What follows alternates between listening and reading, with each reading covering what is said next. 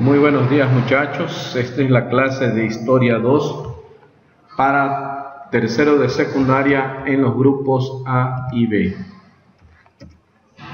Antes de iniciar la clase quisiera leer con ustedes en la Santa Palabra de Dios, en el libro de Daniel, en el capítulo 2, en el versículo 20 y 21.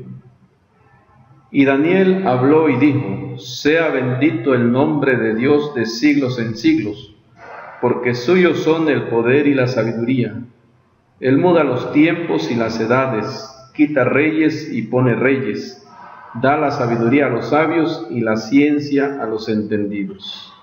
Apreciados muchachos, detrás de toda la historia está la mano poderosa de Dios guiando todos los eventos. Y en esta ocasión vamos a analizar las expediciones españolas y la conquista de Tenochtitlan. El objetivo de la clase es analizar las consecuencias de la conquista y la colonización española. El descubrimiento de América. En su búsqueda de una ruta occidental para establecer contactos comerciales y obtener especias y sedas del Oriente, Cristóbal Colón llegó a tierras americanas el 12 de octubre de 1492. Terminó de manera fortuita en estas latitudes, pues quería llegar a las Indias Orientales, y aunque su ruta era correcta, nunca imaginó que existiera otro continente antes de llegar a su destino. Este hecho marcó un hito en la historia de la humanidad. El viaje se inició en la mañana del 3 de agosto de 1492. Las 3 naves castellanas partieron del puerto de Palos, en Huelva, España, en dirección a las Islas Canarias. Tras un apacible viaje, el 9 de agosto arribaron a La Gomera, donde se realizaron diversas reparaciones y los últimos aprovisionamientos con vistas a la parte más dura del trayecto. Tuvieron una travesía bastante tranquila, sin grandes problemas ni noticias, hasta que el 25 de septiembre a Martín Alonso Pinzón le pareció ver tierra, pero no fueron más que unas nubes bajas. El 7 de octubre abandonaron el paralelo 24 que habían seguido y les habría llevado hasta la península de Florida, y tomaron rumbo suroeste en dirección a las Islas Bahamas. Allí fue cuando el 11 de octubre Colón dijo ver una lucecita, y cuando amaneció fue Rodrigo de Triana el que dio el aviso de tierra. Era la primera vez documentada que un europeo veía tierras americanas. Se había producido el descubrimiento de América. En el primer viaje de Cristóbal Colón, visitó la isla de Guanajaní, a la que bautizó con el nombre de San Salvador. Después fue a otra isla caribeña entre lo que hoy conocemos como Cuba y Puerto Rico, y la llamó La Española.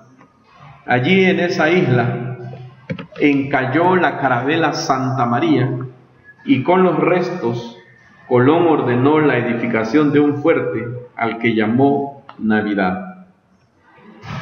Después visitó a Cuba, a la que denominó Juana. En ese primer viaje, Cristóbal Colón capturó a varios indígenas y los llevó a España para ofrecerlos a la corona como esclavos. En su segundo viaje, llegó a La Deseada, una isla antillana, después a Puerto Rico y a La Española, donde se encuentra con el fuerte Navidad, destruido por los indígenas taínos. Decide entonces consolidar allí el dominio español y funda una ciudad. En su tercer viaje, en 1498, llegó a la isla Trinidad y visita algunas otras antes de arribar a la Española. En esta última encuentran muy disgustados a los españoles por la ausencia de las riquezas que esperaban encontrar. Colón les ofrece regresar a la isla de Cuba y explotar sus abundantes perlas. Es arrestado por el administrador real Francisco de Bobadilla. Aunque fue liberado, ya no pudo recuperar el poder y el prestigio que había adquirido hasta entonces. Su cuarto viaje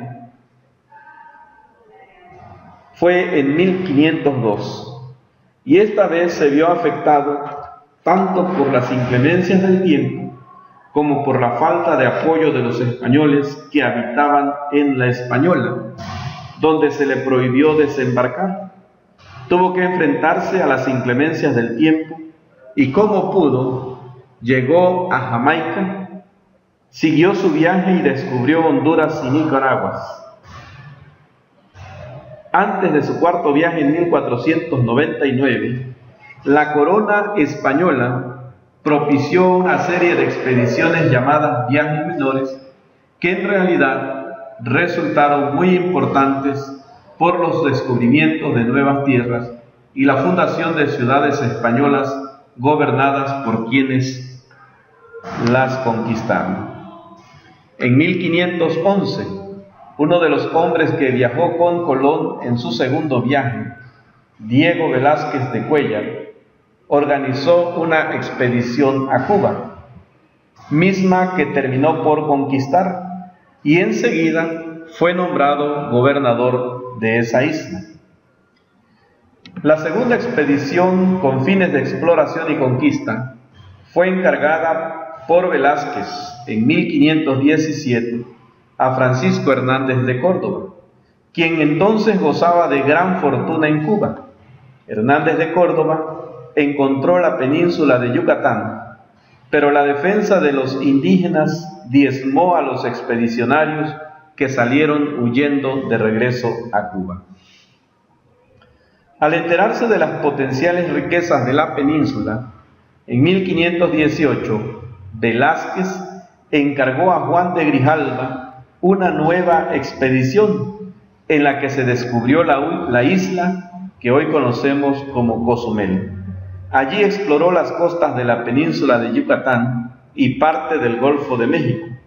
Cuando llegaron a Champotón, zona donde antes fue vencido Hernández de Córdoba, ocurrió un encuentro sangriento del que resultaron vencedores los españoles. Durante esta expedición descubrieron Tabasco, sitio en el que escucharon hablar por primera vez del imperio inca. No pudieron continuar el viaje porque las provisiones se habían reducido al mínimo, de modo que tuvieron que regresar a Cuba. En 1518, Velázquez decide hacer otra expedición, la cual encarga a Hernán Cortés. Este extremeño inicia de inmediato el reclutamiento y la preparación de su viaje y apresura su partida para que no se la impida el gobernador. Una vez fuera de Cuba, Velázquez comienza a desconfiar de Cortés y le escribe al gobernador de Trinidad para que le impida zarpar, ya que lo ha destituido de su comisión. Cortés se hace de inmediato a la mar y le manda mensajes al gobernador Velázquez en los que le quiere convencer de su lealtad. Aún así, éste lo manda a prender. Al llegar a Cozumel, sus hombres encuentran a Gonzalo Guerrero y a Jerónimo de Aguilar, quienes se habían extraviado en una expedición anterior y ahora hablaban y comprendían el maya. Guerrero se había habituado al lugar y tenía familia, de modo que no quiso seguir a Hernán Cortés. Aguilar sí lo acompaña. En Campeche, Hernán Cortés recibe muchos regalos, entre los que figura Malintzin, una indígena que habla náhuatl y maya. De esa manera, entre Aguilar y Malintzin, también llamada Malinche, le sirven de traductores. Se piensa que más adelante, esta mujer a quien Cortés llamaba Marina, aprende también el español. Esta es una fotografía de Hernán Cortés. Sin dejar de hacer la guerra y con la firme idea de conquistar y hacerse gobernante del Nuevo Mundo, Cortés siguió la ruta del Grijalva, desembarcó en Veracruz y fundó la Villa Rica de la Veracruz, donde constituyó el primer ayuntamiento y cabildo con gobierno español en Mesoamérica. Hasta aquí la clase de historia. Les voy a pedir que realicen las actividades de las páginas 30 y 31 de su libro. Tendrán que hacerlo en forma individual. Esas actividades las comentaremos en la clase. Gracias, buenas tardes, Dios les bendiga.